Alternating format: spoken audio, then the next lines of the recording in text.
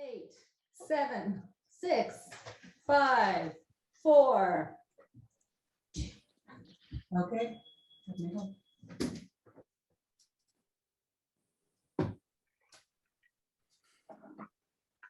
Oh my gosh.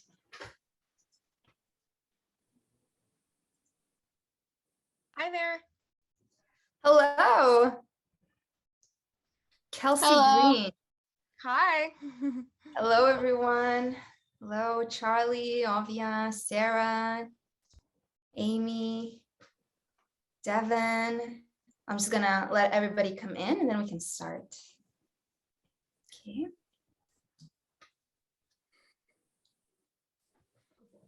Okay, so I think that's everyone for now. More people will join. So hello everyone. Just to start, I just want to see your guys' favorite emoji, just to see if you can all hear me. Yeah, you got there under the reactions. Just put in your favorite emoji and I can see it. Oh, nice. Thumbs up, a heart. Awesome. Perfect. Awesome. Okay, everyone, so welcome to our first evening of the symposium. We have 3 judges today, sorry, 3 guests today that we're going to talk about film, directing, writing, everything that has to do with film.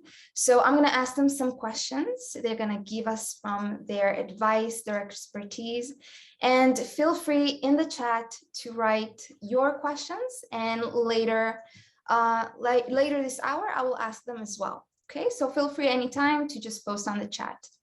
So our first guest, Rick Mercer, you might know him from the Rick Mercer report. He's here with us. Rick, thank you so much for being here. It's wonderful to be here. Can you hear me okay? Yes, I can. I can Excellent. hear you perfectly. Great. So we're going to start with, how did you start acting? I joined the drama club, like so many people. And I joined the drama club and I wasn't prepared to go on stage. I didn't think that that was something I wanted to do. I had done some public speaking and stuff, but I couldn't really see myself in a scene doing so I didn't. And I didn't like the play. I didn't like the play very much at all. I was working backstage and I was going to quit the drama club. And Lois Brown, who's a Newfoundland actor, and at the time was my drama teacher, she said, oh, if you quit the drama club, it'll be a terrible mistake. You could regret it for the rest of your life. And I thought, well, this is a little hysterical. Like, I'm going to drop a extracurricular activity. How could that be a bad thing? Who cares? I've dropped dozens of them before. And I said, why? And she said, the next play is very important because it's going to the drama festival. And I said, well, what's the play? And she said, I don't know. You haven't written it yet. And that's probably one of the moments that changed my life for the better. It's probably the greatest moment of my life in many ways, because I thought, okay, I'll write your bloody play. And she put me in a room with a bunch of other students and we wrote this play together. And we won at the regional drama festival. And from there, we created a comedy troupe, because we thought, you kind of just look at the people who came before you, and we thought, okay, Codco has a TV show, so we'll get a comedy troupe, and then we'll go to Toronto, and then we'll do a show at a bar called the Rivoli, and Lorne Michaels from Saturday Night Live will come see us, and then we'll get a TV show, because that's what Kids in the Hall did. So that was what we were thinking of doing, and we just kept creating and writing and creating and writing, and from that moment on, I wanted to be an actor. I wanted to be a creator. That's awesome. That is really awesome. I also wanted to ask you, when did you make the leap into television? I know you worked for the CBC.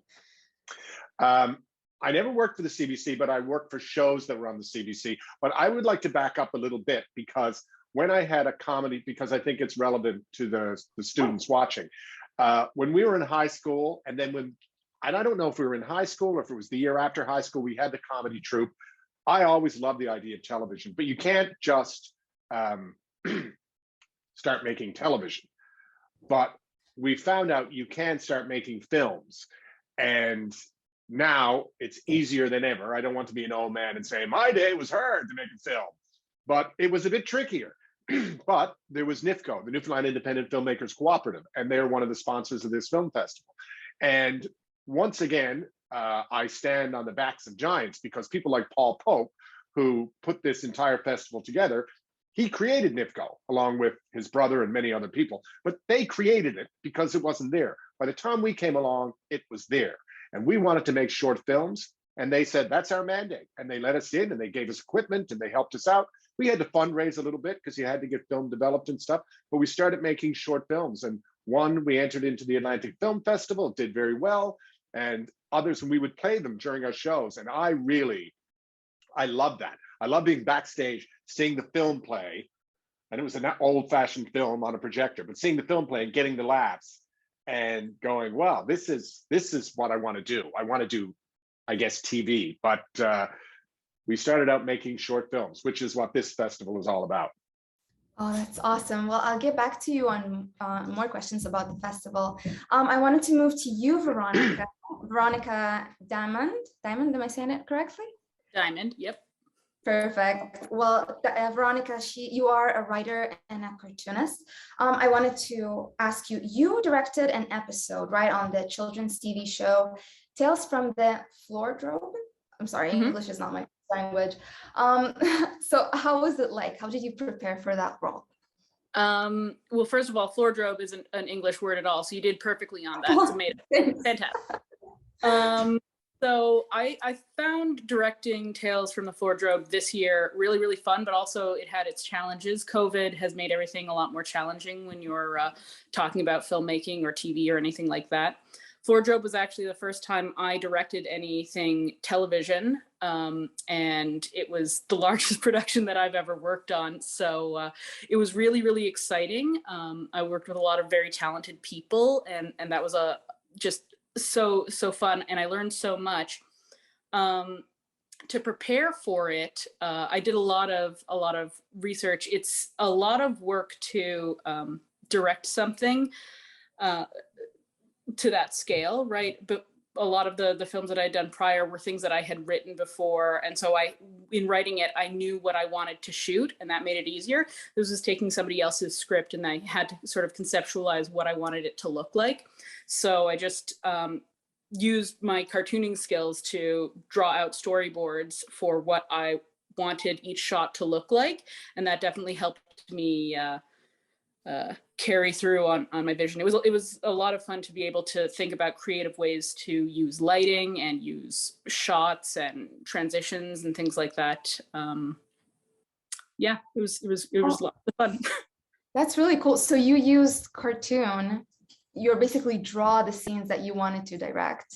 Yeah, and that is actually something that's done commonly in filmmaking. It's usually called storyboarding. And you draw out what you want each shot to look like and different transitions. And that cuts down on cost when you're actually shooting on the day, because if you are shooting, it's cost and time, right? Everything about television is time. Often run out of time at the end of a day. At least I found that we often ran out of time on the end of a day of a film shoot or a TV shoot. But if you know exactly what shots you want to get and how to move from each shot, that definitely helps you set up the camera faster and set up the lighting faster and figure out how you want your actors to move. And it helps when you get to the editing process of how to put all of the footage that you've captured into the proper format. And how did you get included with filmmaking? Oh, geez, that's a strange story. So I mostly am in town known as a stand-up comedian. I did a lot of writing for my own stand-up comedy.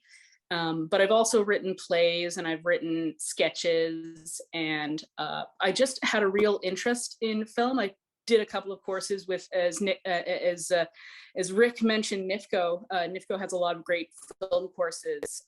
So I've done some courses with NIFCO. I've gone and attended a lot of workshops that the Nickel Film Festival puts off, that the St. John's International Women's Film Festival puts off. There are plenty of courses and workshops that people put off in Newfoundland every year, and a lot of them increasingly are online. So they're really good to access. That's a really great resource for learning about filmmaking, and then also meeting people and chatting with people who will help you make films who are interested in you writing or directing your film. So I kind of still can't really believe that I work sometimes in film, because it mostly it happened due to my writing and just meeting people through my writing. But I'm really fortunate and really happy that I get to work in it, because film is just such a dynamic and interesting industry. That is so beautiful. Thank you, Veronica. Rick, I want to go back to you. What advice would you give to students who want to rant like Rick? It's the same advice I'd give to anyone who is making a short film or wanting to create a rant, is commit to doing it and do it, and know that it mightn't work out, because we learn from our failures. No one starts knocking it out of the park right out of the gate. That just doesn't happen. And so if you want to make a short film, if you want to make a rant, all I can assure you is the second one is going to be better than the first one, but you got to get that first one done. If you're talking specifically about a rant, I can tell you a few things. You have to, first of all, it's they should be no longer than 90 seconds. And the way I would do it, I would write what it is I wanted to say, and it could be 2 pages, 3 pages, 5 pages, 6 pages. Then I would start reducing it, because the 90 seconds is key. So it has to be something, your point of view has to be something that can be illustrated in 90 seconds. Then when you have that, you have to start learning it, and you've got to learn it cold. You have to have it completely cold. You have to be able to look directly into the camera like this the entire time and never be caught searching for your words, never, get caught like looking over here when you should just keep looking into the camera. And then you have to find someone to shoot it who is incredibly committed to walking backwards and not killing themselves. And that is actually perhaps the most important part. And then you start rehearsing it together without the camera, even though my cameraman would have a 45-pound camera. You guys will probably have a much lighter camera, but still rehearse without the camera, and you rehearse the words and the motion with the camera operator. The camera operator is as important as the performer. And again, they're doing it backwards. So it takes a bit of rehearsal. And then you start shooting it, and you shoot it and you shoot it and you shoot it. And if there's any moments where you're reaching for words or you lose eye contact with your audience, you stop and you start over again. That's how you do a rant. And what would you say is your favorite rant? There's been a lot of rants. I ranted for Yeah. 28 years. There's been some favorite ones. There were ones that I just thought were really pure funny and were so knocked it out of the park on that level, because I always liked it when a rant was funny. Sometimes because I was fortunate enough to be ranting on television with a pretty big audience, I would move the needle on an issue, and that was really exciting. There was this horrible politician named Roseanne Skokes who got elected as a liberal when we were on This Hour's 22 Minutes, and she was revealed to be a very virulently anti-gay individual. And there was rumors that Gretchen might throw her out of caucus, but they didn't want to go that far. And one day I wrote what I thought was the perfect rant, and it really illustrated how awful she was. And she was soon after removed from caucus. I don't know if I had an impact, but I like to think I gave her a nudge out of caucus, and her political career came to an end. There were rants about bullying that I felt helped a national conversation about bullying after a young man by the name of Jamie Hubley died in Ottawa as a result of suicide, that I was very proud of, even though there were no jokes in it, obviously, because the subject matter didn't lend it to that. So there's been a lot of different rants over the years. It was the part of the show that the Mercer Report that I was always the most proud of, and the one that I would never take my foot off the gas on. Occasionally, I'm embarrassed to admit, occasionally you go, okay, that's good enough when you're doing something, but I never ever went, oh, that's good enough if it's when it came to the rants. And if the rants aren't good or they're not up to par, it's not for lack of trying, because I always put it all on the page and on the screen when it came to the rants. That's beautiful. Actually, I kind of want to ask you, I mean, for many of the students here, their films are going to be the first time they're doing a film. So if you have things like your identity or the things that you believe in, what do you think will be the best way to put your values in your film? How would you tell them the best way to do that? Well, when it comes to rants, if you're using my rants as a baseline, they're all about point of view. They are public commentary, so you have to have a point of view. If you're making a short film, don't feel like you have to be engaged in social commentary. You can just be making a silly film, or you can be making a horror film, or you can be, there's lots of things that you can do. Don't feel like you have to make some great social commentary. Also, even when it comes to a rant, yes, you could talk about an issue that you might think is the issue of the ages. You might want to tackle something like climate change, but you also might want to tackle people who don't use their signal light, or people who block the escalator. Like it doesn't have to be heavy by any stretch, and sometimes it can just be funny. It can just be your point of view. So don't get bogged down thinking that you have to make some great point. And again, I cannot emphasize enough for first-time filmmakers, embrace the failure that may occur, because I can assure you it's harder than it looks, but it's rewarding. It's more rewarding than you can ever imagine, and it's worth it. And it's like anything else. You're not going to hop on a bike and nail it out of the gate. You're going to crash a few times, and that's what makes learning how to ride a bike so great. And that's why this festival is so great. Awesome, Rick. Would you kind of share with us, because you really do talk with conviction about dealing with failure. Can you tell us, how do you deal when you have setbacks? What do you tell yourself? How do you pick yourself back up? Well, in show business, there's two kinds of failures. There's always the people don't like that. They don't find it funny, or they find it boring, or they just don't like it. That's a terrible feeling, because it means you failed, because you obviously set out to be funny, or you set out to make a certain point, or what have you. And then there's also the critical response. Sometimes people say, they criticize your work, and you feel that the work is good. They criticize the work. I'm very lucky. I have a very thick skin.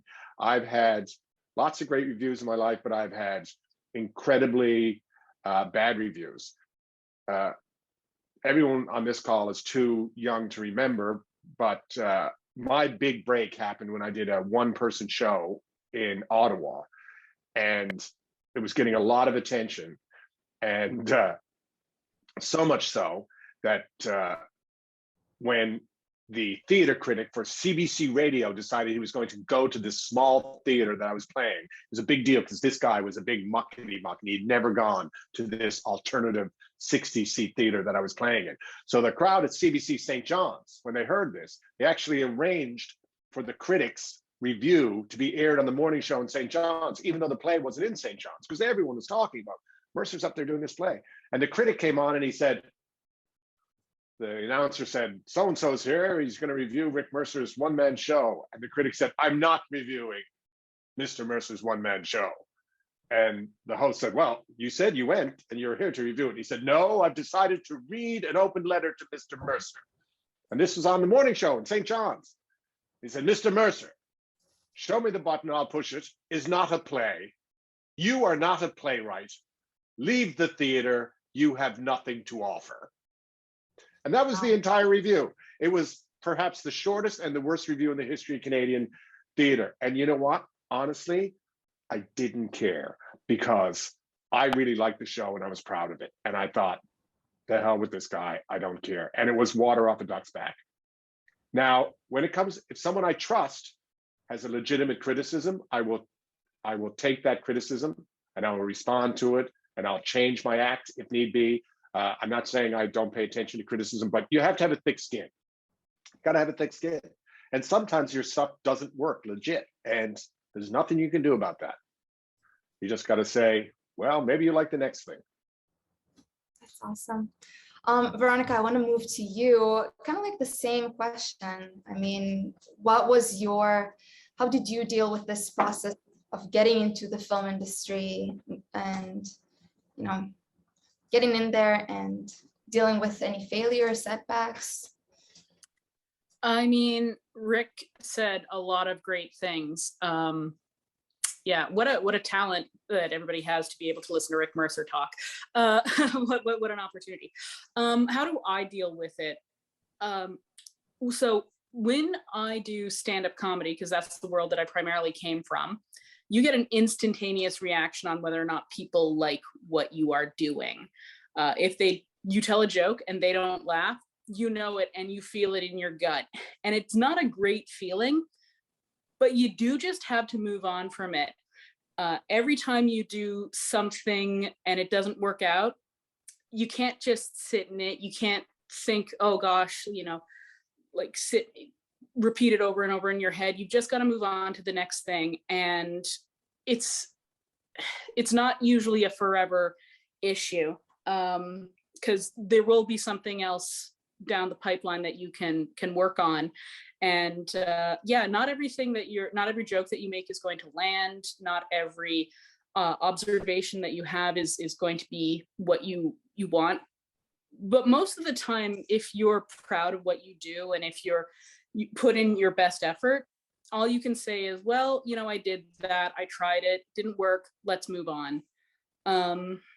It helps a lot to have good people around you who can support you and remind you that, even if you made a big mistake or something didn't work out, that it's not the end of the world. And I would always listen to legitimate criticisms, because I find that a lot of insights that I hear from people that I trust, my friends, my co-writers, and other people in my life who I listen to, they have great ideas, they'll have great insights, and it's useful to be able to improve based off of criticism that is looking to help you, but criticism that is looking just to tear you down or make fun of you, like, I don't know, what's the point? That just seems mean, and I have no time for it, and I kind of ignore that. Yeah. Awesome.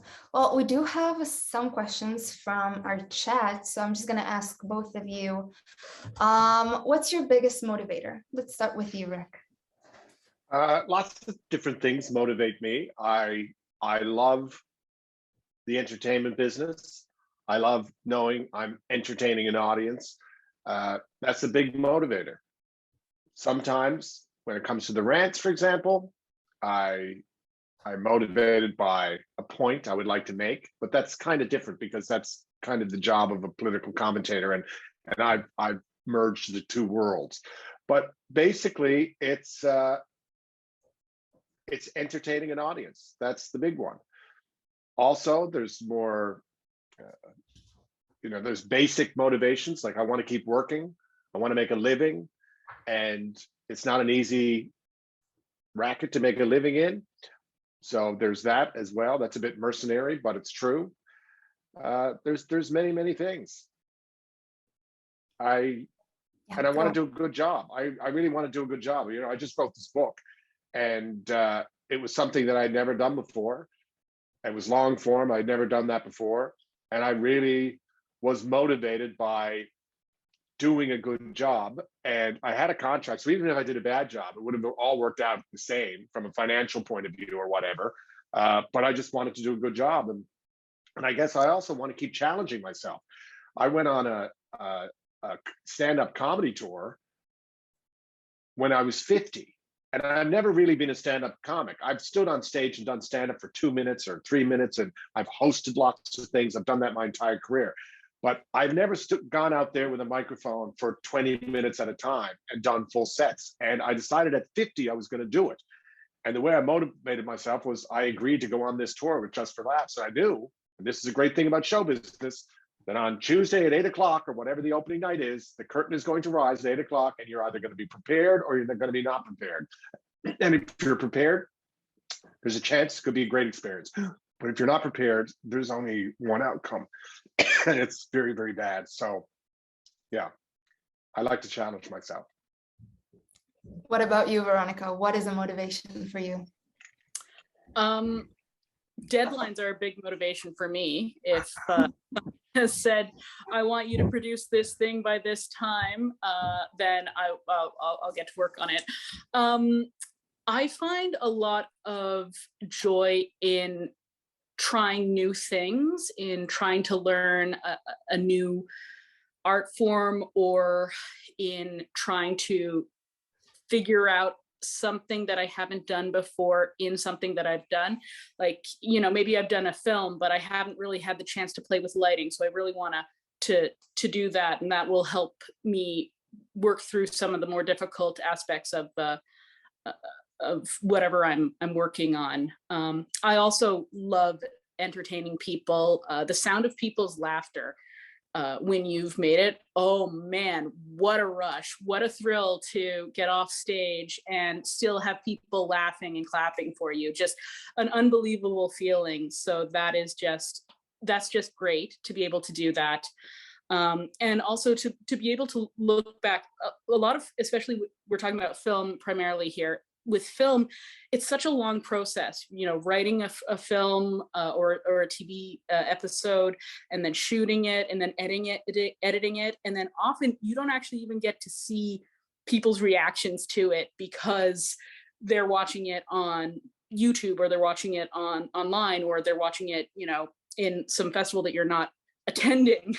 So it can be a little bit hard sometimes to think, oh, I'm putting in all this effort for something and I can't get that immediate rush, that immediate feeling of seeing people's reactions. But I will look at the things that I have produced, my short films or like parody videos that I've done, things like that. And I just feel proud about what I was able to accomplish with whatever limitations I had.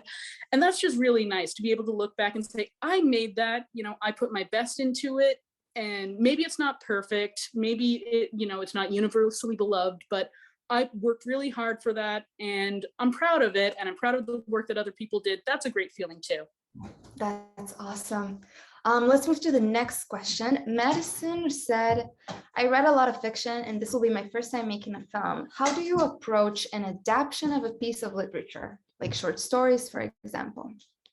Let's continue with you, Veronica. What do you think? Ooh, that's interesting. I don't think I've ever adapted a short story, but I think that I would look at, so film versus like a literary format. Film is very visual, right? Mm-hmm. It's all about what you see, and literature is reading stuff. So I would look at what are the interesting visuals in your story. Maybe even how could I tell this story if there was no dialogue at all? How could I tell this story visually using only pictures? And I'm not saying don't use dialogue. Dialogue is wonderful. Dialogue is beautiful. And often it's kind of a little bit weird if you have a character and deliberately they're not speaking. So do use dialogue, but think about the visuals. How can I make this look really interesting? How can I tell this story using the art of cinema, the visual art of cinema? Maybe go from there. And then once you've got that sort of in your mind, think about the scenes between the characters and how they're reacting to each other or to what's happening. But film is a very visual medium, so you're going to want to focus more on what you see in the image rather than just blocks of text. Mm-hmm. That's a good point. What about you, Rick? How do you think is the best way to adapt a piece of literature?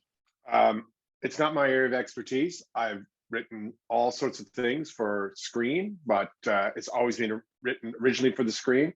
I would say in this particular context, I would think if you're making short films for the first time, if you write fiction, you should probably, my advice would be, and again, this is not my area of expertise, I would write something for the medium versus adapting the fiction that you've already written. because if you've written a short story, you have great latitude. You can write about anything when you're writing fiction, but film is very limiting.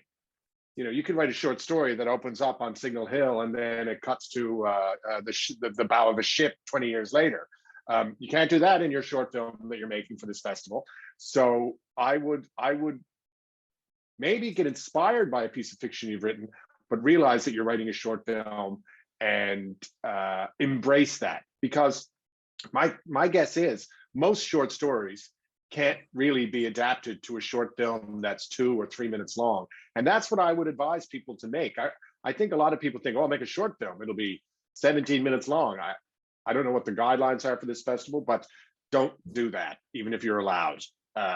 Keep it short, shorter than you probably are not contemplating. And because we're all consumers of television, and like we all think in 30 minutes and 7 minutes, but go with 3.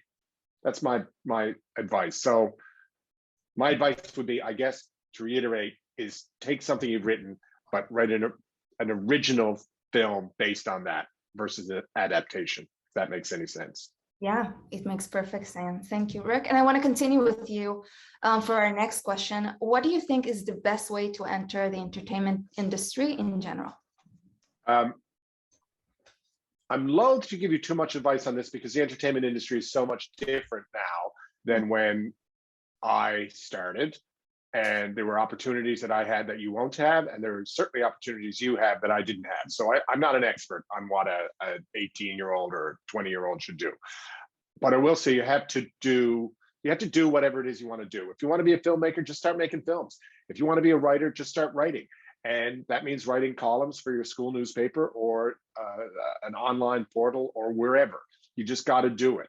And if you want to be a playwright, start writing plays. Just start doing it. No one's going to call you up and ask you to write a play. This is what's so exciting about this process. And I'd like to go back, earlier we talked about deadlines. I think you should all be commended if you've committed to making a short film and you're sticking with the deadlines set out by the festival, because that's the only way I get things done too. And so I think that that's fantastic. And I think you just do it. And then if you want to be an actor, try to become a background performer on Hudson and Rex at least once or twice. I know it's not easy because there's union and all that business, but and help out on your friend's short film. That's the other thing people should do. Like, if you're making your short film, find someone else who's making a short film, help them on their short film, and maybe do a different job, because you need to learn all the jobs. Veronica, thank you so much, Rick. That was awesome. Veronica, I want to ask you the next question. What are some ways I can get my name out there so I can further my growing career in photography and film? Basically, how did you get in? All right. Geez, I don't know that I I'm hesitant to give like, oh, this is the best way to do this. But there's all sorts of things that you can do. I would recommend going to the places where other people who do your art form are. So if you're a photographer, I'm not as into photography, I'm not as familiar with them, but if there's some sort of group of photographers in Newfoundland, maybe just like Google Newfoundland photography group and see if they meet up or if they have courses or anything like that. If you're interested in art, chatting with various artists groups. There's for film, we're talking about you could follow the Nickel Film Festival, the St. John's International Film Festival, NIFCO. They're always posting challenges or courses, workshops, and you can meet a lot of people there. And when you meet other people, you'll be able to make connections, learn a lot of stuff, and share ideas, figure out, oh, well, maybe somebody in Nickel is doing a film challenge and they're looking for somebody who can do lighting. Well, maybe you don't know anything about lighting, but it's a good opportunity to meet somebody. How I started out was mainly, again, I started out doing stand-up. So this is not as relevant for you at this age, but I went to bars and I just did a whole bunch of open mics. And by going to the open mics, I would meet other comedians and comedians who are maybe a little bit further in their careers. And then they would get me gigs on larger shows and just that sort of back and forth. But I would go to wherever your art form is. And if you don't know where those are, there's usually some resource group. The Writers Alliance of Newfoundland is another resource group. And you could just email them and ask them, I'm interested in breaking in. Who are some people who are like, do you have any mentorships? Are there any workshops? Are there any gatherings where people meet and greets, anything like that? And just anything to kind of get a foot in the door, get your face known, get a little bit recognized. And at this point, I would also just work on your craft, on getting to learn the skills that you are wanting to put out there. Because it's one thing to have a foot in the door, but if you got a foot in the door and then you have no portfolio, I mean, that's not as great as it might be. But you know what, you will build up your portfolio, you'll build up your workload over time. So long as you keep working at honing whatever your craft is at the same time as you're trying to get your foot in the door, and not just working on getting your foot in the door because you show up and you're like, oh, I'm here, but I don't have anything, that can be a little bit awkward. Mm-hmm. Actually, I kind of want to ask you about something that you said, because I mean, you both are working in comedy, right? And being in front of people, you know, if you say a joke and it doesn't land and you say you went on bars, like, where do you find the courage to stand in front of people? And, you know, where do you find that courage? I wonder. What was it for you? For me? Yeah, for example, yeah. I've always had people, like friends and family, say that I was funny. And I was at a stand-up show at an open mic and I said, man, I'm funnier than they are. If they can do it, I can do it. And that's literally it.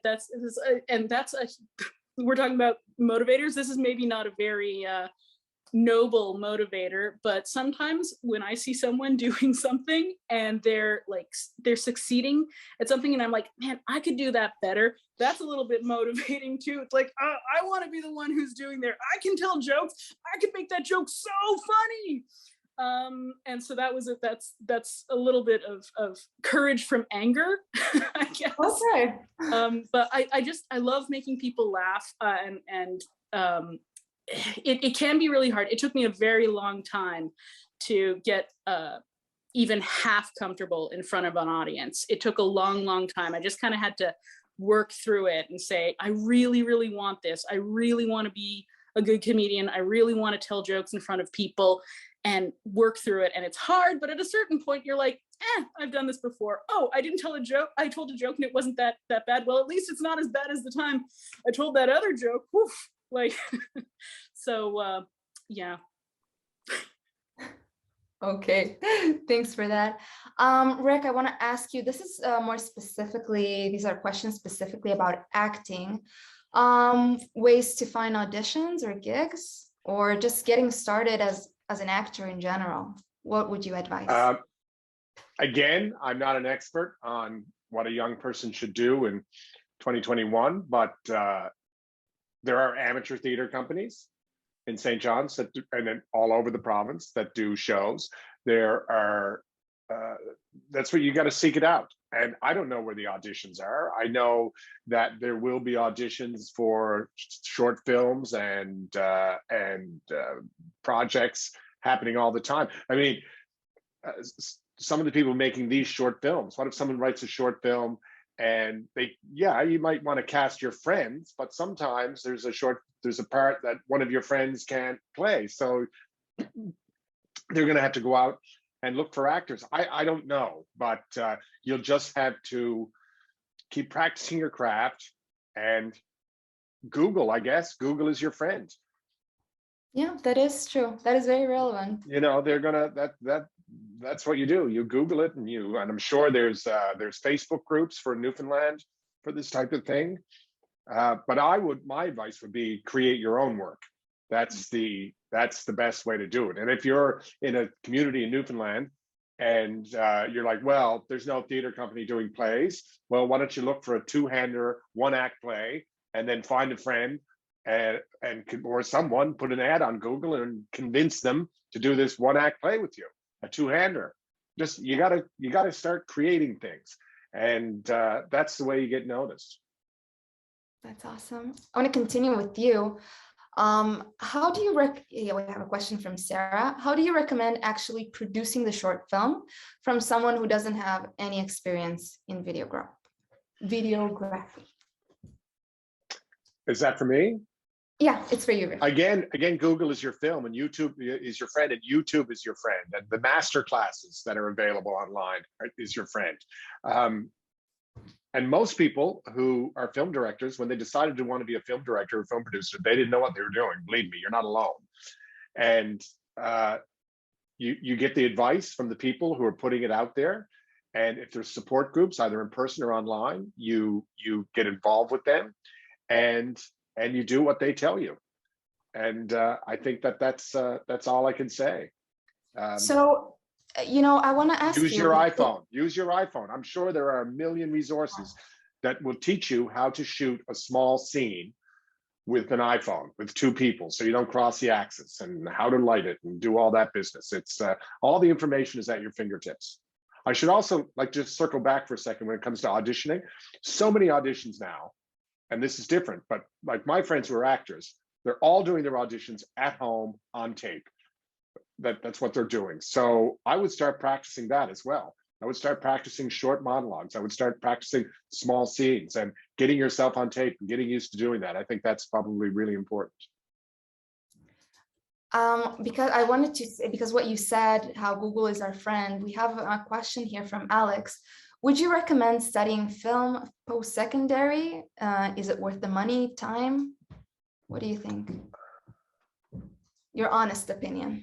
My honest opinion, and this is my honest opinion when it comes to anyone who wants to be an actor or a guitar player or a singer-songwriter or a filmmaker or any of these occupations, they can be incredibly rewarding occupations, but it's a difficult road. There's no doubt about it. So if there's anything else you can do that you're also passionate about, you might want to consider that, because you can always make short films. You can always act in amateur theater productions. You could always dabble in creating content. But if it's really what you're passionate about, absolutely, go to film school, 100%, if that's what you're passionate about. And you don't know where film school is going to lead you. I mean, I have a friend who was passionate about music, and she got a music degree, and now she's a judge because the music degree brought her to law, believe it or not. And she feels she's a better judge because she has a music degree. So you don't know at this point in your life, when you're starting your post-secondary journey, where it's going to lead you. But yeah, absolutely. Why not? A friend of mine, Stephen Dunn, is a young Newfoundland filmmaker. And he came to Toronto where I was doing my show, and he went to film school, and he's got a tremendously rewarding career now. He's in New Orleans now shooting the new Queer as Folk franchise with a bunch of really big television stars. It's very exciting. And he wouldn't have done that without film school, believe me, although he made a lot of great short films. Veronica, I'm going to give you the next question from Amy. What is something you wish you knew about comedy before you started? I knew everything about comedy before I started.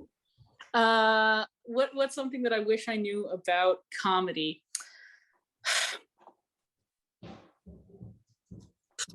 That's a tough question. I think that just try things and is one of the things. It's okay to fail is one of the things that I wish that I had known earlier. I started doing stand-up when I was 25, and I'd wanted to do stand-up since I was probably 12 years old. But I always thought that's not for me. Like, that's for people who are on TV. That's for, other people. And I just didn't think that was an option. And even when I saw some of my friends from high school or people who were similar to my age doing stand-up around town, I just thought, well, it's not really for me. Like, I'm to this or I'm to that. I had body insecurity, so I was like, what are people going to say about that? Are they going to make fun of me? And I think that I would say, just if it's something that you're passionate about and it's something that you want to do and you've been thinking about it for like your whole life, or even it's something that's just like gripped you so strongly, just go for it. Like, the fear of failure can just eat you up and keep you from doing things that you really want to do.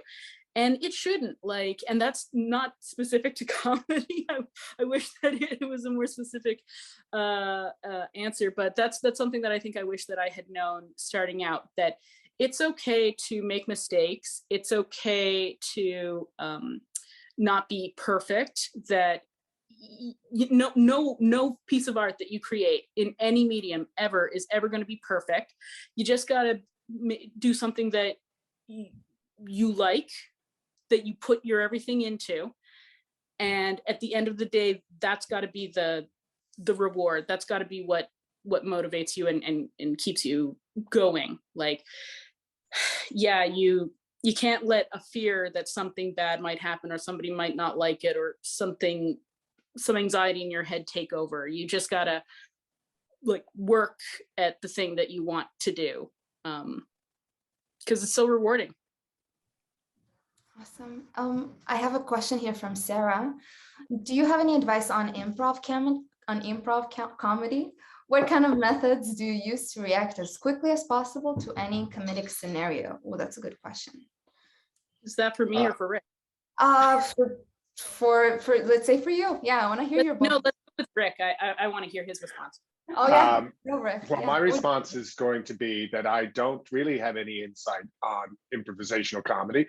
I've worked with lots of great writers and people who came up through improv comedy, lots of great comedians who came up through improv comedy, but I was not one of them. We never did improv.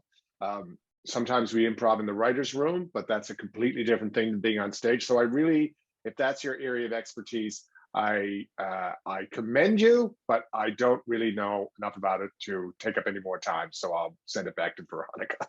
I do know a little bit about improv. I was part of a couple of improv troupes, and doing stand-up, sometimes you have to think on your feet a lot.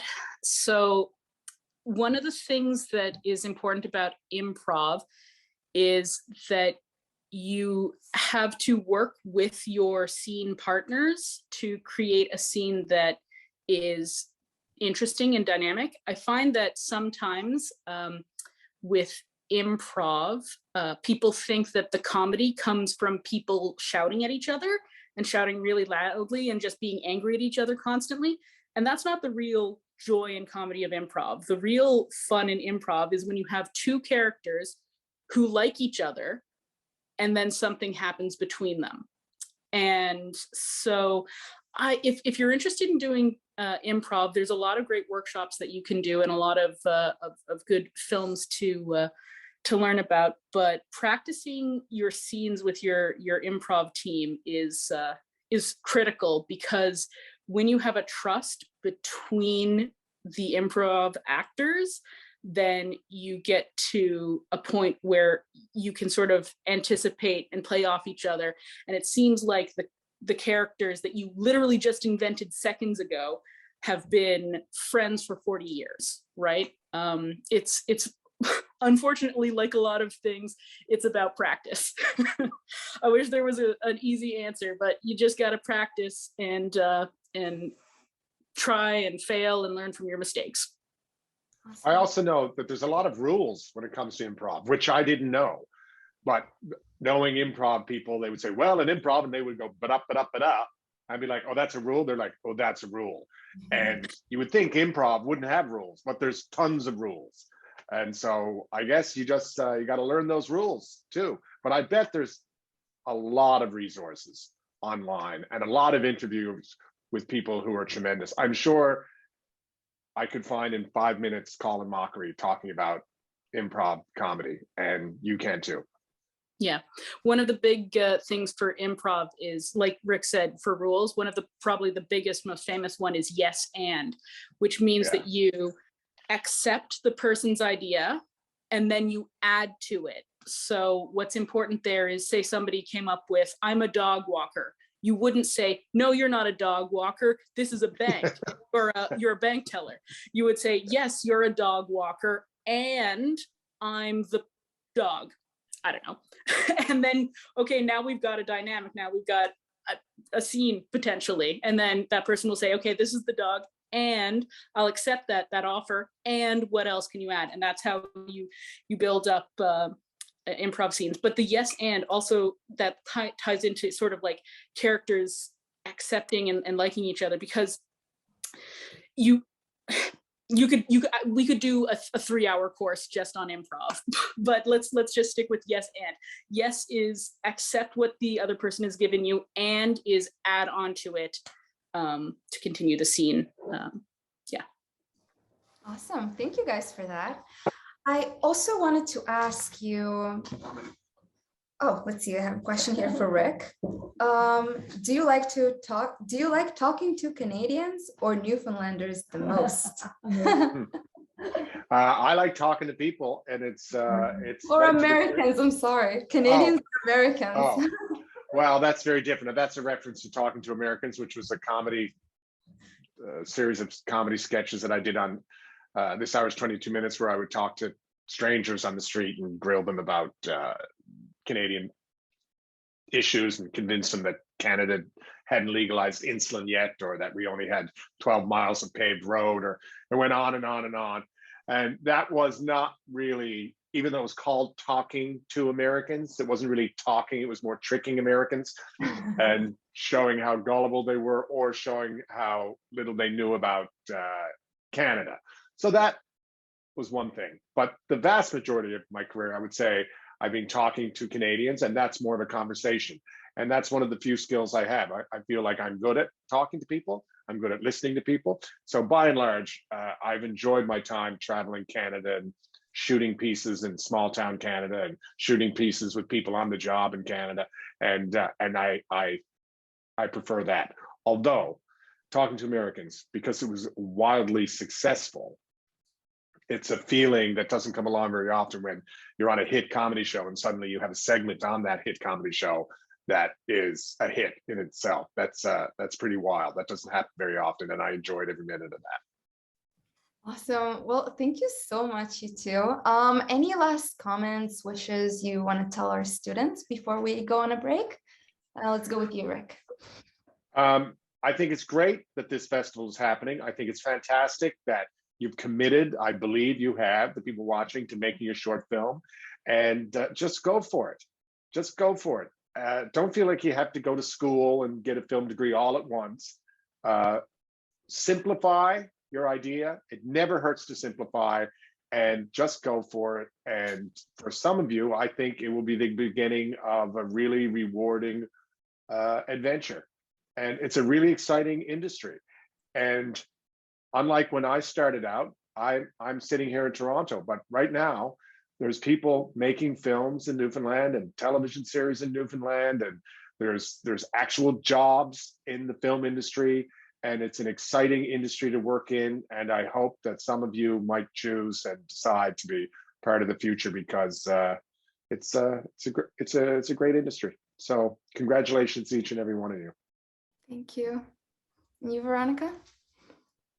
I've done a lot of challenge films for the festivals around Newfoundland, especially the Nickel Festival. And I've always found that the hardest part is just finding the motivation. Like you said, that you're going to do it, actually following through with it.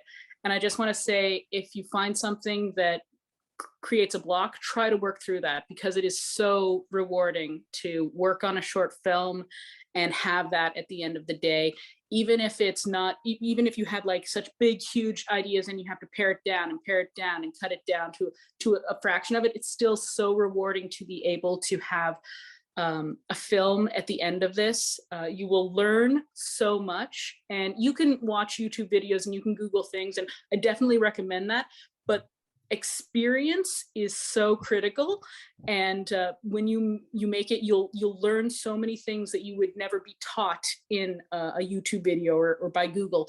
So push through, come up with your idea, get it filmed, edit it, put it together, and be proud of what you've done. It's challenging for sure, but it is so rewarding. And as Rick said, there's lots more opportunities in Newfoundland now than you would necessarily think. Opportunities to write, opportunities to direct, opportunities to work in film in various ways, act. So yeah, let this be an opportunity to just go for it and make something that you can be proud of. Well, thank you so much for Veronica Diamond and Rick Mercer. We're going to take a 5-minute break, and in it, we're going to have, a 3-minute break. We're going to be back at 8, and we're going to have Justin Kelly. So be ready for that.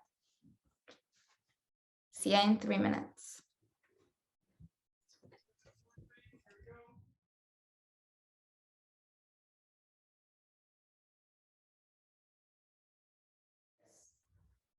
Okay, so I'm talking to everybody. We're here. Justin is upstairs acting, so he's going to be a few minutes. I'm showing you the monitor that this is live, what's going on in the set we're in. And so while I was waiting for Justin, I got a bunch of people here that are going to tell you what they do and who they are. So here we go on the spot. Here, pull your mask and you can tell us. What's your name? What do you do? Come on. Camera is right here.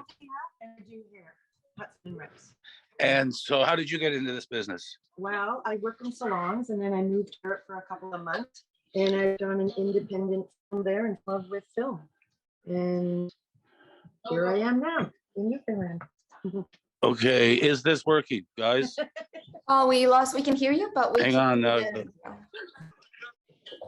I'm sorry, what did you say?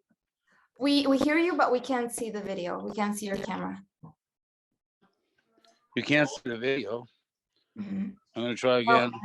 Now we can see. Now you can video? Yes. Can you see the video now? Yes. Okay, who is this? Hi, I'm Sarah, part of the makeup department. And what do you do? What do you right now? I'm watching Connor. Sure, Johnny looks great. And who we got over here? Hi, I'm Heather in the costume department.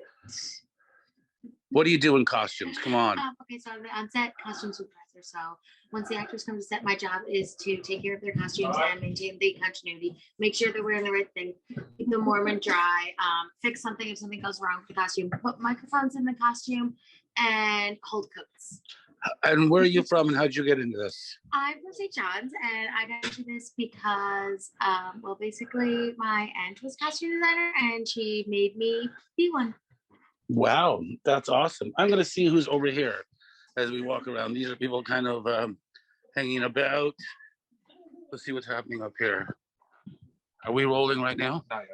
Yes, okay, we are. This is Sherry, who's our dog master. Okay. There is Justin, he's working right now. All right, guys, let's lock it up, please. It's going good. And Sherry, you're all set? Yes, sir. Okay. Okay. And Vic? So where's Diesel right now, guys?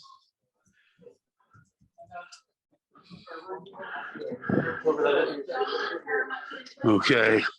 What are you doing, man? What are you doing? Are you keeping things in focus? Okay. Paul? Okay. Paul, can you hear me? Yes? Is that a real house where they're shooting? And action.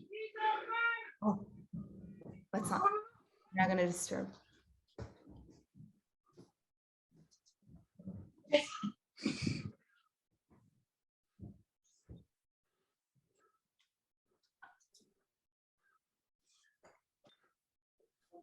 One more, please.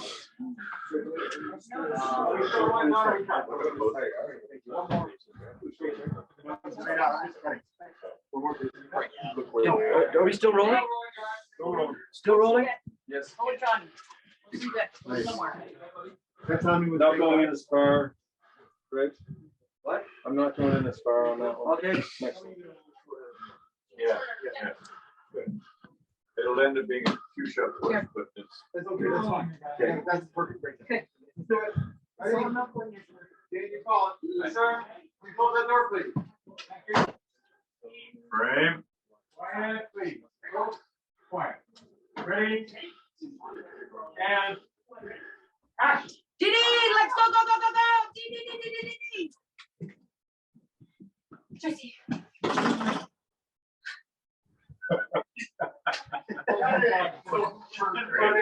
Someone unscrew that. Yeah. Hold on, let me get the dog out. Watch out, watch out. There, come on, go on, go with them. But this door doesn't have a single scratch on the width of the door yet. And Thank you. say hello. Hello. There's sound recordist. There's him and Marco over at the thing. Here's our director, John Batcher. Hey, everybody. John, did we cut? We did cut. We did cut. I was stuck in the room. My apologies. All right. Straight away, guys. Thank you. I rarely hear. Same. Oh, we got a blank. Let's go. Make it happen. Yeah. He's the assistant director. He's kind of the Like this. God. See what you got to put up with. Is that better? I don't know. No, the other way was Okay. better. He's in charge of kind of the floor, but he's in charge of the creative, the director. And these are camera guys here. Here we go. You put it Are back we from slating? the position you had. 43 Alpha, take 4. Fine, please. Thank you. Paul, can you move Bravo, the Marker. camera to Bravo. where it was? Yeah, flip the camera. Frame. Fine, please. Rolling. Ring and action. Dee, Dee's up, go, go, go, go. Yes, Kelsey, that's awesome. Sam, coach's son. Good, check it. Thank you. Okay. Right. Hey, this is Justin. Hey guys. Paul, And, can you flip the phone? We're ready for Ready for a thing? waiting for a question for him. Okay, just hold the phone towards On you here? Okay. while I find out what's going on. Okay. Okay. Sounds good. Hang on. Let me go to a quieter spot here. Yeah, well. Oh. Hi, This is a Justin. little makeshift situation here. How's everyone doing? We're doing great. Can you flip the phone so we can see Yeah. you? You gotta come over for a Flip, blocking. flip the phone. Oh, Hold on, blocking see the now? blocking, and then you got a big. Okay. He's gonna do a blocking before every scene, before the rehearsal. We do a kind of blocking thing. So we'll see that. Oh, we're doing blocking. Yes. we Yeah. are. Okay. This is a new scene that's starting. It is. Okay. Paul, can you Okay. hear me? Go fast. Okay, and let's keep the front door clear, please, guys. We're just gonna, that's how we're gonna see it, guys. I tried. Is there a way to get to the back there? Yeah. Right there. Tell them to go to the backyard. Hey, I'm back. Victoria? Jay is a focus puller and a first camera assistant, and he's fantastic. The actors move, everybody moves, so the focus pulling is a very, very precise, stressful kind of deal. And Paul, excuse me, and this Paul, is Paul. the first assistant director who does the schedule, figures out the logistics, is a really smart guy, aren't you? I'm sometimes smart, not always. Okay. That costs extra. Here are some actors. Justin, come on in, brother. Okay, guys, we're gonna block. Thank you very much. Flip the phone. Which way? Okay. Which way do you want the phone? This way? Yes, like this, like that. I don't know what they're doing. Was it Halloween already? Okay, can you go that way, Mama, for a minute? Let me block. Thank you. Bad time for the chocolate strike. Awesome. All right, shall we start with the door closed? Thank you. The blocking is Okay, we're the blocking, guys. early Thank you very rehearsal. much. Nice and quiet, please. Thank you. Rehearsing and action.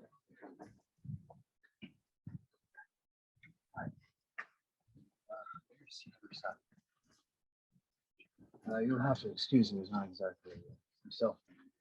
Dad, there's someone here to see you. Good. Oh, If you can we go can, first? yeah, yeah, you step back, let them in. Great. Okay, so we'll see a really fun look on the other side with you. That's For the last yeah. time. Okay, good. Also That's the dog walk is in. Okay, here we go. You got that. Now keep it up that Okay, way. are we going to the, Go downstairs. going downstairs? Okay, we're gonna set up downstairs. Thank you for your patience, guys. No, it was awesome. How awesome was watching that? That is what I said. Sorry. I'll go back Okay. on my computer. Okay, yeah, the computer will probably be the.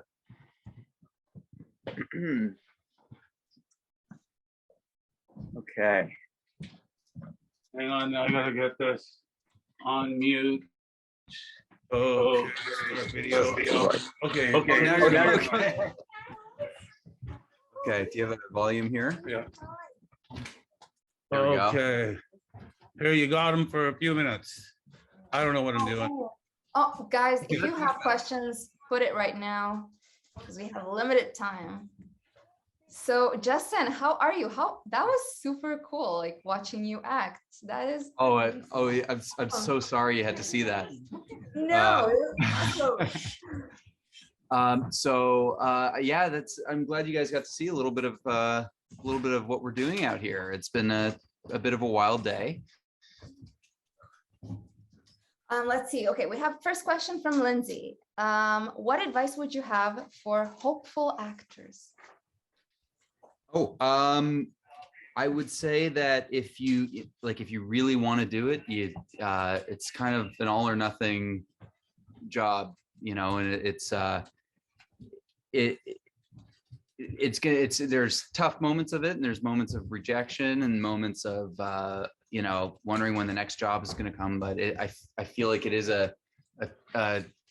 like with any career, but there's a huge level of persistence involved that really helps make it. And if it, just know that if it's something you really, really want to do and you're sure about that, then there's no reason why you shouldn't be doing it. And the work will come. What tips do you have to finding auditions? I mean, it's one of those things that for me, it was different. I mean, for me, I sort of got lucky with meeting an agent, and that was just sort of through a level of networking and getting to know people. And so once I met my agent, who is still my agent today, we've been together since I was 16 years now. So he was the one to help me find auditions and set that up. But there's always open casting calls. And I think it's just having that sense of networking and figuring out who to meet and ask questions and talk to people. And you'll be guided in the right direction. And yeah, with auditioning, it's just, you keep doing them until something sticks. And okay, another question. What was your first acting job? And do you think that job had any impact on where you are today? Well, my first actual, I guess, acting job was like a school safety video for the TTC in Toronto, the Toronto Transit Commission. And it was like a safety video where and that was just, someone came to my school, and I was in grade 7 or something. Someone came into my school and knew that I liked acting and asked me to do that. So I mean, once that happened, I think it helped helped assure me that it was something that I wanted to pursue further. So from then on, it was just sort of the persistence I had of wanting to make sure that I was doing this, and by any means necessary, and all that. So what do you love so much about acting? I love that you're always learning new things. You never hit a point in acting where you have figured everything out. Like any job, you're always learning new things, but there's an excitement in that. There's an excitement in how every day is different. And the stuff that we do here, it's just like every single day is different. And there's new moments, and I love I love getting to know people. I've gotten to know some of the best people I know through this profession. And so that's a big part of it too. And I know you also direct some of the things you do. Someone asked, how can I work towards being one of the ones behind the camera? Well, I actually, I haven't directed anything yet. I've done some writing and stuff, and Sorry. It was in but the bio. I've done some writing and some producing and stuff like Yeah, that. producing, not direct. Sorry, English. No, that's okay. I mean, I would say it just falls into the same thing of acting. It's trying to meet people who are in the business and ask questions, and being on set. Like, being on set is the best way that you can learn anything, whether it's behind the camera or and if you have the opportunity, and even just by doing the short films that you're doing, like, that is the best way to learn, is just the hands-on experience of being on set and seeing how, and you're always going to be learning from people that have been doing it and can guide you in the right direction. And but I would say, yeah, the biggest part of it is the if you get the opportunity to be on a set, take it, because it will definitely you'll learn a lot, a lot. Mm-hmm. And do you have any red flags to watch out for when looking for work in the industry? What would you say? Any red flags? Mm-hmm. It's hard to say. I mean, you want to make sure the stuff that you're doing, and in terms of the union and keeping people, you want to make sure that you're keeping the crew and everybody happy, and if there's anything that sort of, to me, in my past experience, things that have stuck out to me is, someone's like, we're doing this thing, we're gonna work 24 hours a day with no break. You want to make sure that it's a well-oiled machine and done the right way. Mm-hmm. Okay, yeah, I think that's good. And Sarah asks, do you have any tips on coping with nerves? Yeah, a lot of nerves when acting. It's an interesting question, because I mean, I still get nerves after all this time, and I'm still trying to figure out how to cope with them. I find that it depends on the personality you have, but for me, they never really go away. But the best thing to do is to just sort of try to breathe through it, and know that, especially in the film business, like, if you're in front of the camera, or even if you're behind the camera, you will get another take, and being okay with making mistakes. And that, I mean, that's the only way that you're going to move forward, is trying not to let those nerves bring you down, and failing is okay, and failing is the only way forward. And that's sort of all you can do. What was it like for you, the difference between acting as a young adult, a young child, and an adult? I definitely learned a lot more. I mean, as a child, it was sort of, I don't quite know. I mean, you definitely know a lot more of just how the business works. You learn that as you go. And so whatever things, I mean, when I was a kid and I was doing it, it was just sort of like, the material and the scenes, and that was it. And it was just like the awe of being on a set and all that stuff. And as you grow older, you start to realize, okay, there's, I've realized that there's years that I am not working, or there's years that you start to see the grand scale of how the business works. And it also makes you more aware and better, and it teaches you how to sort of navigate your way through it, if that makes sense. It's so I've kind of noticed myself that there is a bit of a an awareness of the bigger picture, I'd say. Mm. And do you feel like there's a difference? If you're young, do people take you less seriously? if you're younger, like what would you advise for people? Because we do have students who are in high school, and I feel like they're kind of scared that they're not going to be taken more seriously because of their age. Do you think that it really does it matter? I don't think it really matters. I think it's all about how you carry yourself on set, and if you're professional and show them that, you know, you're there to be taken seriously, and you're there to work, and you're there to and you will be. That was one thing that was instilled in me really early on, is the work ethic of it all.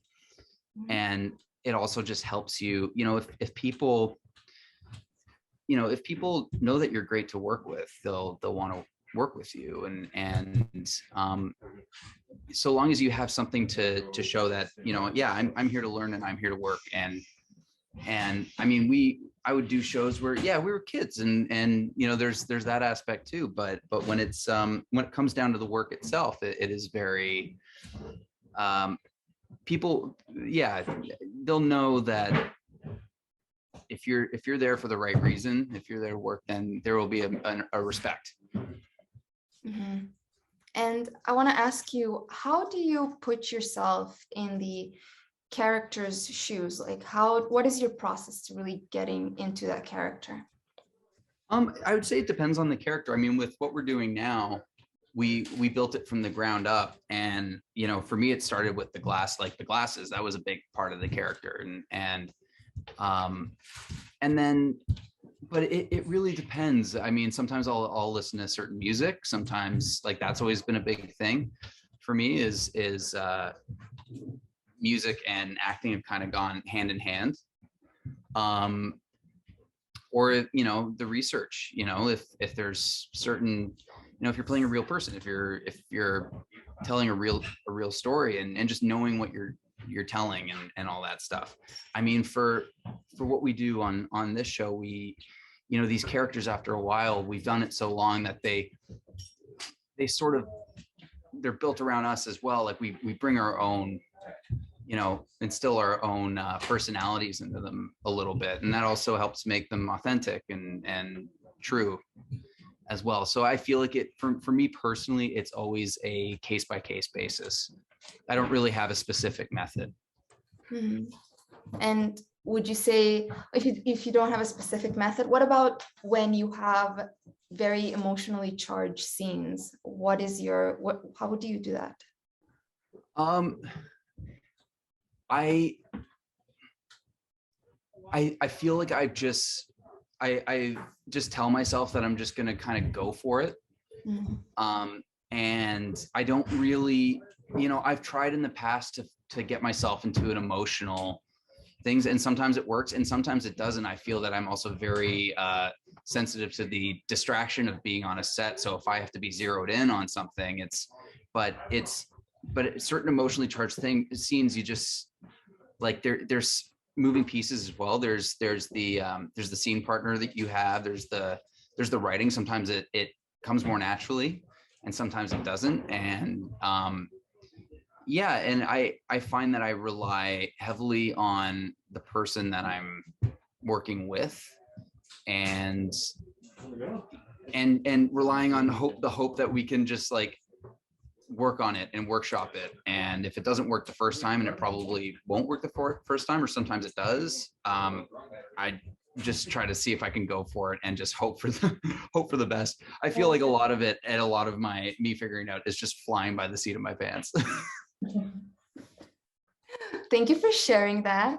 I have a question here for you. Yeah. How similar is Jesse to Justin? More and more similar as we go. Yeah, I think I tried to go with a certain type of character, but they've sort of, after, I mean, we've been doing this we're well into our fourth season now. We're almost finished our fourth season. And when you do it for enough time, I feel like I've just instilled a bunch of my own personality into it, but have kept certain specific quirks about Jesse that I know that are sort of my tether to that character. And you know, whether it's the way that, you know, the way that he looks at someone with his glasses, or like, the glasses have been a really good tool for me to, like, that's something that I've held on to. And it's like, that's what Jesse, you know, uses. He has these glasses. and so I've been able to use that as like, once the glasses are on, that's, you know, that's a big part of it. Awesome. Okay. Oh, we have a question here from Sarah. What's the best way to put yourself out there? How would you recommend them do that? Oh, I would say if there is a class, take the class. If there is a, just try to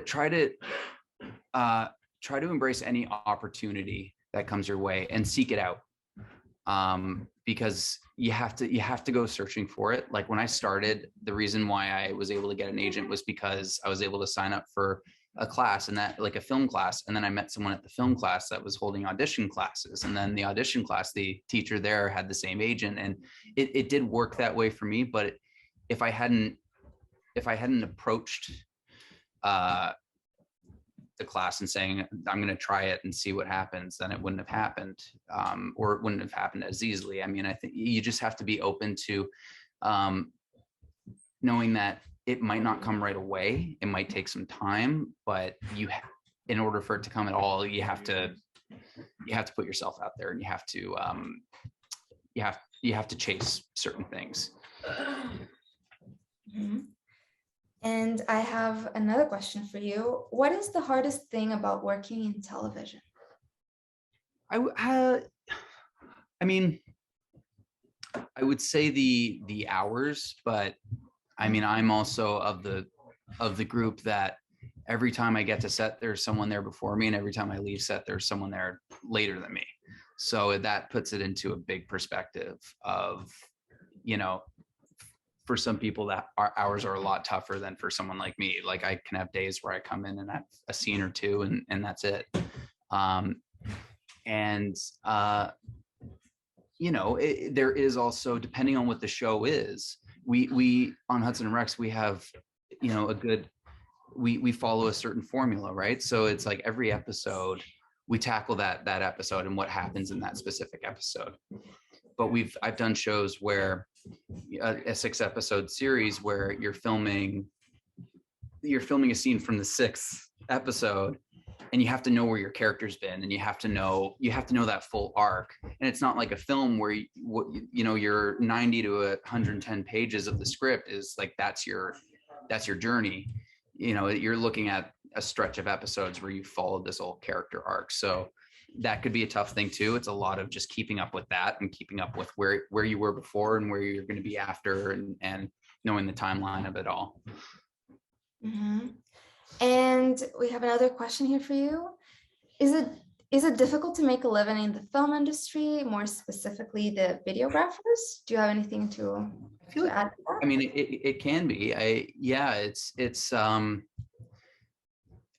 mean, I've always kind of said that the work is when you're not, you know, for the acting perspective, and I can't unfortunately speak for the videography aspect of it, but I have good friends of mine that are, you know, directors and cinematographers who, I mean, it's a lot of work on the day, but there is also a joy in that, a joy in creating, and sometimes the work is trying to get the work and trying to, you know, the time off. For me, it's always been, the struggle to try to drive to auditions and trying to get work and then getting rejected. It's like that takes its toll. And then the vacation is sort of when you have the work and you're one of the lucky ones. But it can be tough. It can be tough, and it's different for everybody. And it does demand a lot out of you.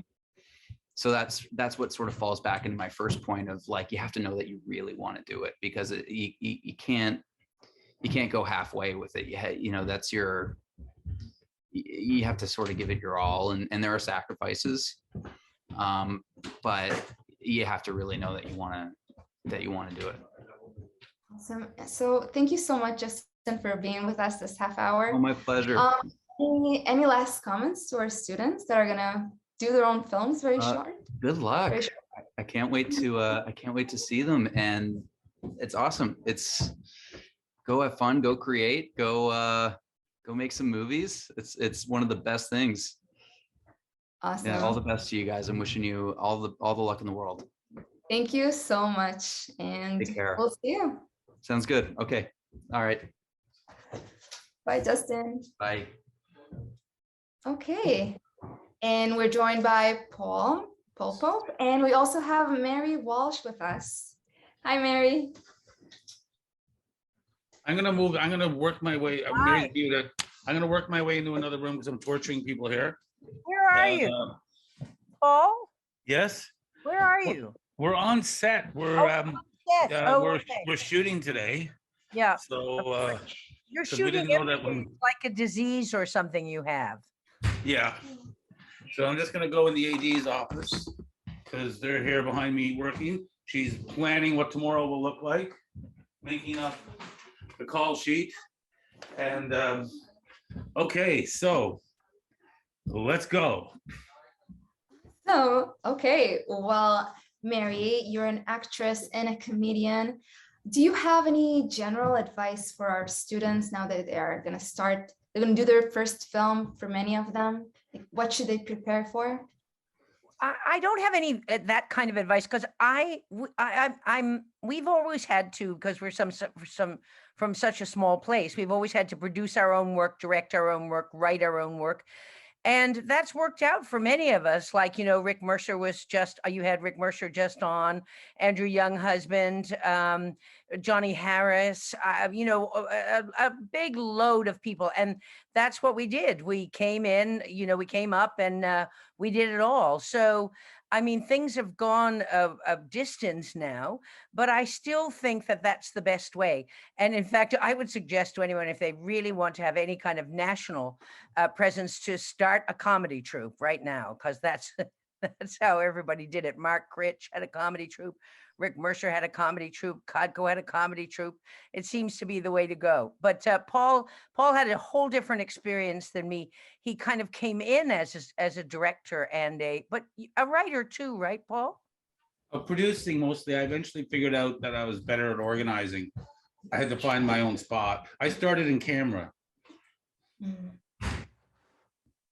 So, Paul, what would you advise for people now with the camera in hand? What should they be focused on? What should they be keep in mind at the back of their heads holding that camera?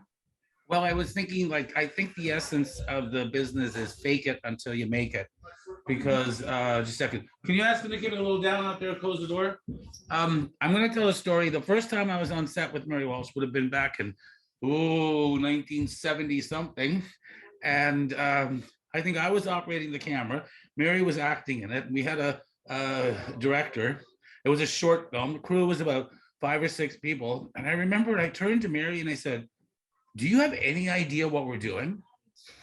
And she turned back to me and we said, like, "No." And we went, "Okay." And we just did the shrug, my famous shrug.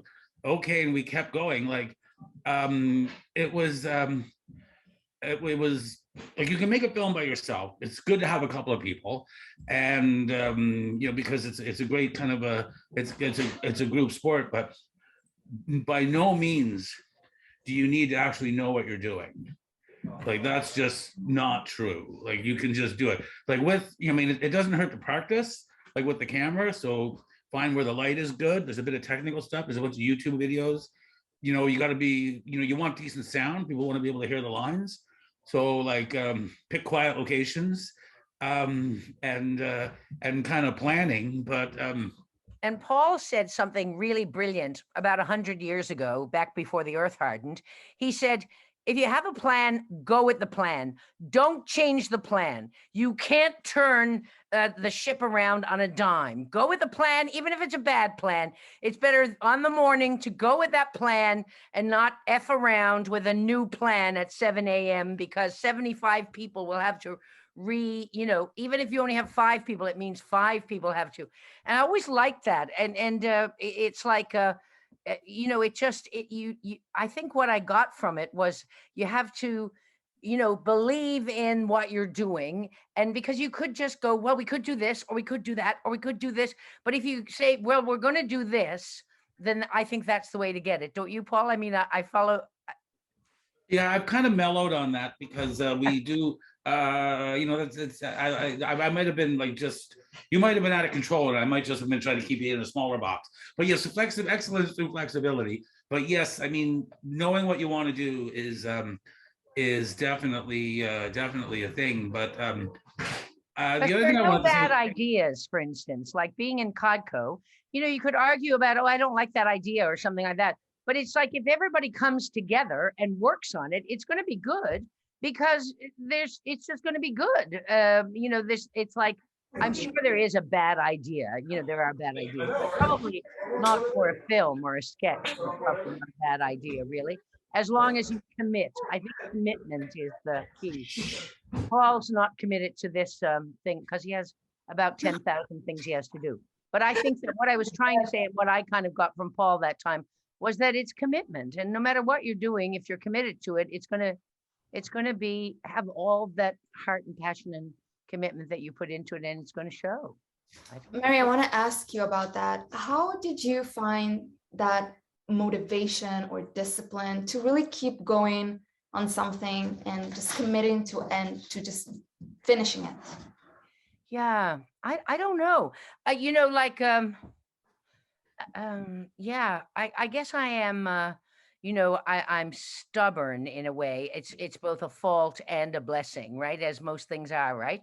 Because you know, I just stick at stuff and kind of believe that something will come out of it in the end. You know, it usually has, and I guess I've been lucky if you think about it in that way, that we've stuck to it and you know, I mean, my God, Paul is doing Hudson and Rex now, and another series, and there were years that he was just, you know, barely getting by, but he stuck to it. And plus, on top of that, I just like to say about Paul that not only did he stick to it in his own work, but he helped raise money for the LSPU Hall and redo the hall so that there'd be a place for up and coming playwrights and actors to work. He also put a lot of time and energy into NIFCO, which was good for everyone. So, you know, he stuck to the belief that he must have had when he was a young fella, that it was worth it. And it's really, I think, paying off. And in the end, it does, I think, all the time. Would you agree with me, Paul?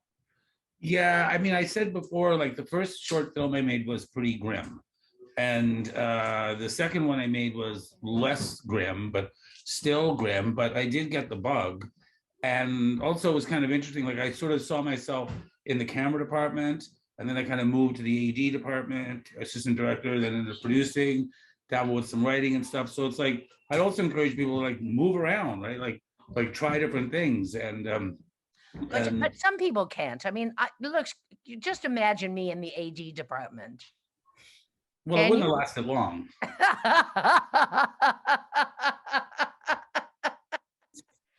But you're a very good producer. But I wouldn't. You're a very good producer. You're a very good writer. I'm a good producer. Yeah, that's right. That's true. Yeah. Paul, do you mind telling us more about NIFCO? The Newfoundland Independent Filmmakers Cooperative was basically started 50 years ago by my brother, the late David Pope, and Mike Joe, who's also passed away. And that was at a time when kind of most filmmaking was institutionalized. It was the CBC, it was the university, and it was the National Film Board. And there was a healthy kind of pace, but there was like a growing independent movement where people wanted to kind of weaponize the media for either causes or for outrageous humor or taking on the system. And so the Canada Council had some seed money out for you know, artist-run kind of organizations. And NIFCO was kind of founded on, you know, 3 principles. Everyone get together as a cooperative, but the member would own their work completely. Like NIFCO doesn't take any ownership. If whatever NIFCO put into the film, you could leave any time. And the third one was we didn't really have any commercial consideration. So like if your film was kind of mainstream and popular and my film didn't make any sense and nobody knew what it was, they were kind of treated equally. And so so that's been kind of that was the kind of spirit of it. And you know, like, I mean, we were described as a bunch of pot smoking hippies on welfare by certain establishment executives. The only problem with now being 40 or 45 years later is that we are kind of the establishment. So that's why we need people on this call to take over. That's awesome. I wonder for you guys, you as people who produce, when you see a story, how do you know, like, how do you get that feeling of, okay, this is a good story? Well, Dave Sullivan had his life had changed. He was going to go to Moncton and work in the head office of whatever he was working for. And then he sold his house. He broke up with his girlfriend, or his girlfriend broke up with him. And then the pandemic hit. And so he had to, pivot, I guess. And so he had always wanted to live by the ocean. He thought, this is a great opportunity. I'm going to get a house. And sight unseen, he took a house by the ocean. He went, it was fantastic. Everything he'd ever dreamed of. He got up in the morning, looking out over the Atlantic, holding on, gripping his, the handrail of his deck. And he heard a voice going, "You're up some early."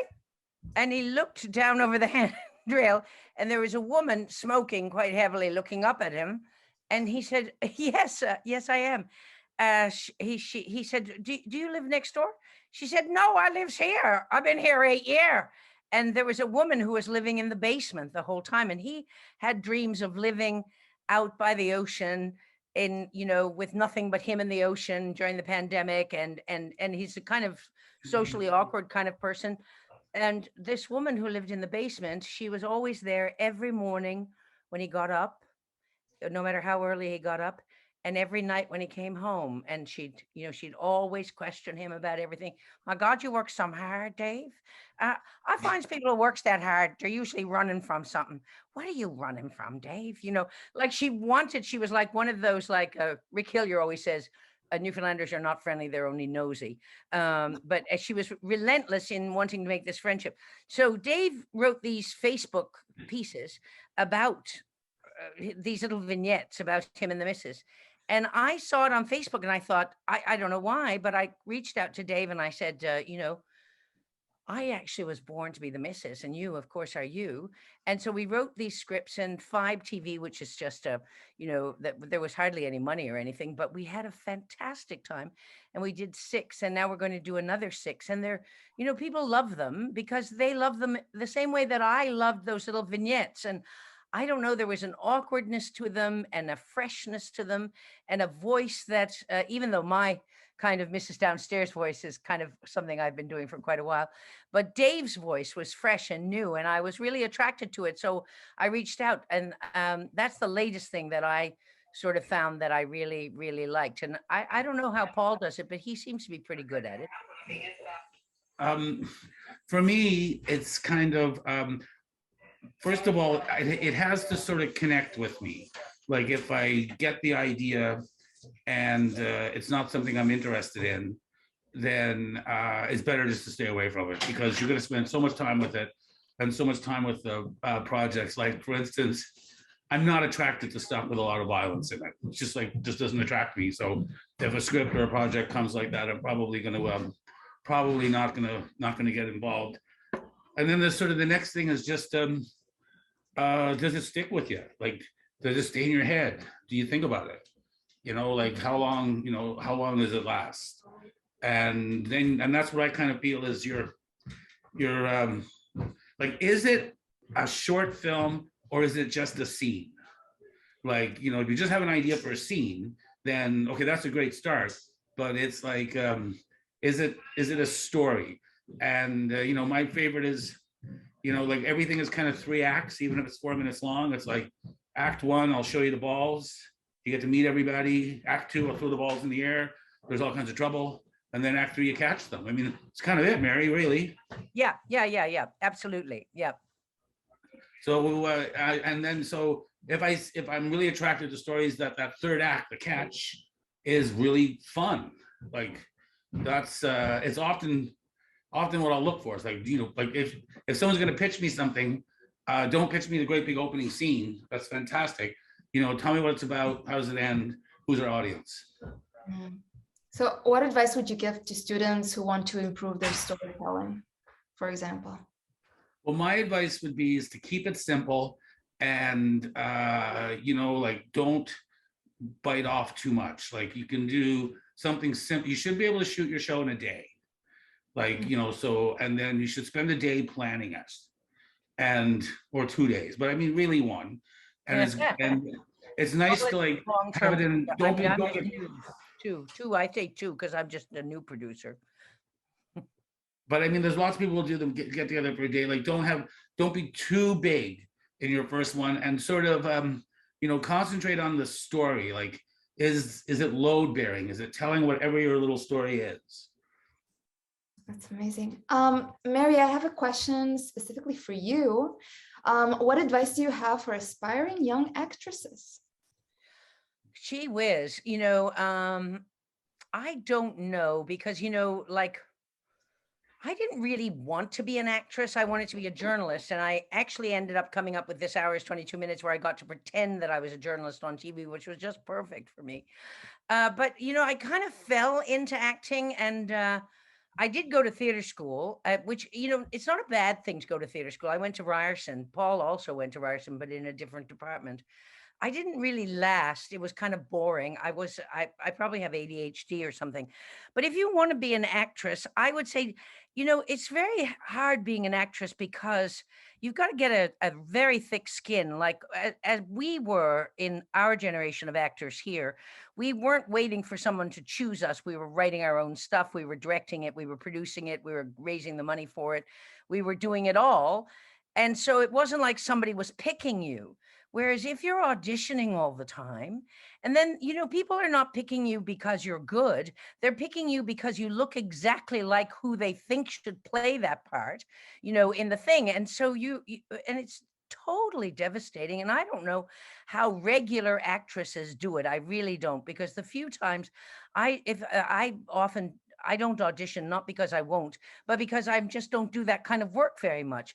But when I do audition and then I don't get the part, I'm devastated. I'm just, you know, can't believe it.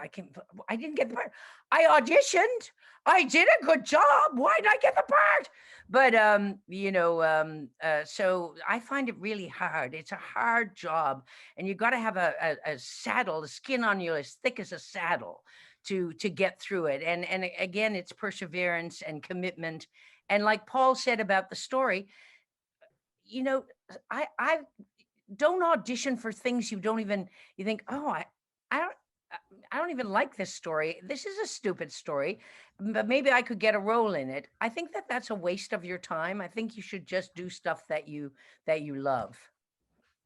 Mm-hmm. And by love, you mean they produce their own things, have, you know. Well, you know, if say, okay, so just say Hudson and Rex say, and there's a role, and you really don't think, you know, like, say it's a role where the person kills two people totally unnecessarily, and then confesses totally ridiculously to Hudson and makes no sense whatsoever, but you just decide that you want to do it because you want to work with Paul. Don't do that. Don't do that. That's stupid, because you just look bad no matter how good you can act. But you know, because there are lots of great Hudson and Rex roles. So wait for a great one. You know, they're bound to come around to you. They're doing 10,000. So don't be doing stuff you don't like, you know, that you think, oh, this is not that good. But don't just do it. But of course, then again, you know, I love Paul. I loved my experience on Hudson and Rex. I got to meet everyone. So it was a good experience in many ways. So really, I don't have any advice. Just carry on. That's awesome. Awesome. Mary, I wanted to ask you something a little bit more serious. I read that you are an advocate for mental illness. What I'm not do you think for mental illness? No, advocate for mental health. Yeah. If you guys haven't noticed, English it's a is joke. It's a joke. We used to have this joke. Do you help crippled children? We used to call up and say, do you help crippled children? And then we used to say, well, come over, because we got a couple here. We won't mind you crippling, you know, like, you know, so that, you know, help. Yeah, sorry, go ahead.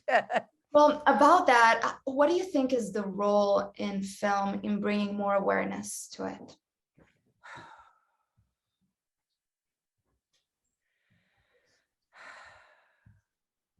I don't really know. That's an interesting question, isn't it?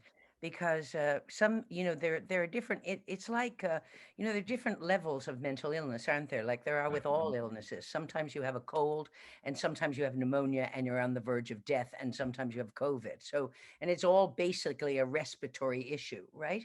So mental illness exists on so many different levels. I suppose that, we were doing something with a large company, and the company somebody had applied and they'd given the money. And then it turned out that they were they went into an abusive phase because the person had a mental illness. They had, and then the company dropped them and they were horrified and stuff like that. And I don't know how, nobody would drop someone because they had something, because their respiratory issue got worse, right? Like, that if I had I can't remember what it's called. If I had pneumonia, then I'd get the time off and people would be understanding. But there's not a lot of understanding about the different levels of mental illness and who can work in film. And I guess what I'd love to see is that we'd have a bunch of films made by people who are on that continuum, like that there'd be money available. And so we'd know more, because let's face it, we live in total ignorance. We spend the least money of any G7 country on mental health and addiction. We don't know. Doctors say, well, we're just throwing a cup of drugs at them and hoping that something will hit. We need research and development. But maybe if we put together a festival of films, we might learn something. Anyway, that's all I can think. That's what I think. Awesome. No, thank you for that. Yeah, I agree completely. What about you, Paul? What do you think? I think for students, bringing their kind of stories into their films, their identity into the films, how would you say they should do that to bring themselves into their stories? Well, I think every script is ultimately about your own experience and the life that you've lived, and like that's where I would go. Like it's a fiction. Like we make fiction, but they're rooted in people we know, and it's like Mary's story of the woman downstairs is exactly that, right? Like, so there's a lot of license. So picking from working from your own experiences is a really good start. But it's still a fiction. Like, the names are changed, you're going to embellish. There's composite characters. Like the character you're thinking of is actually your Uncle Billy, your sister Joan, and the guy John who irritates you from school. And you kind of wound those together. So that's, like the world is yours, and that's what you should pick from. That's amazing. And what advice do you have for students that see themselves working in the film industry? Is there like a step-by-step, this is what you should do, or like, what should they be focusing on? I think they should take those classes at NIFCO. What do you think, Paul? Oh, yeah, I think they should definitely do that, but also like,